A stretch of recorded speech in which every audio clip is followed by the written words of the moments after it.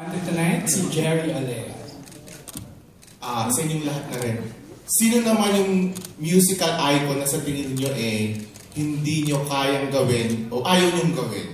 O challenge silang gawin, no? Napakahirap gawin. Yun, okay. Pag sinabi namin, baka yun ang ibigay sa amin. Sige, kung matatawag na musical icon na yung anak ko, aba talagang hindi ko kayang gawin yung si Daniel Padilla. Oo, yun, hindi ko kaya. Tsaka, dahil hindi niya rin kakayanin. J.R. ikaw. Ako... Kapalayan. Sa akin, ayoko gawin si Lady Gaga. Mahirap yun. Ako, Regine Velasquez at Celine Dion. Selena din po sa sabihin.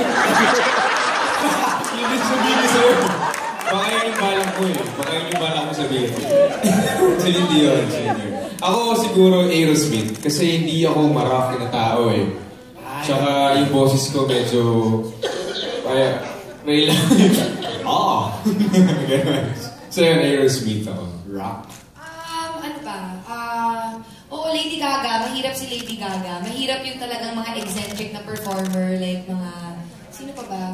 Bjorn, mga ganyan. Bjorn, oo, mahirap. Mahirap. Alam mo yung mga pa-artsy, mahirap. Sia. Yeah. Wig lang.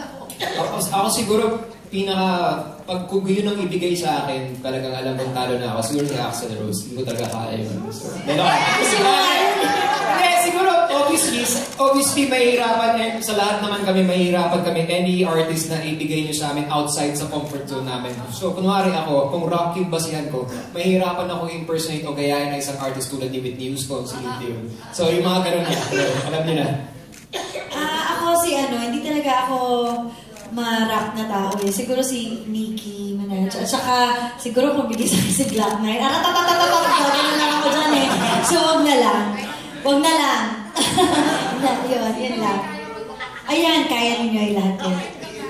Ako, kasi in fairness, lahat naman kami gagawin namin yung buong effort talaga namin para gayahin to the utmost detail yung mga characters na ma-assign sa amin. But ako personally, I would prefer sana lahat ng characters lalaki. Kasi pag nilagay ako sa babae, ano na yan mahirap. Boses mo Hindi, pero kahit pa paano, wala ka kagad sa comfort zone mo Kumbaga, yung voice range mo, kagad, malayo.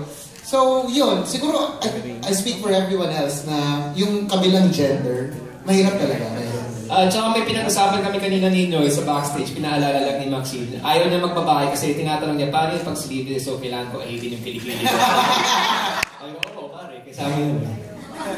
Mahirap talaga yun. Jerry?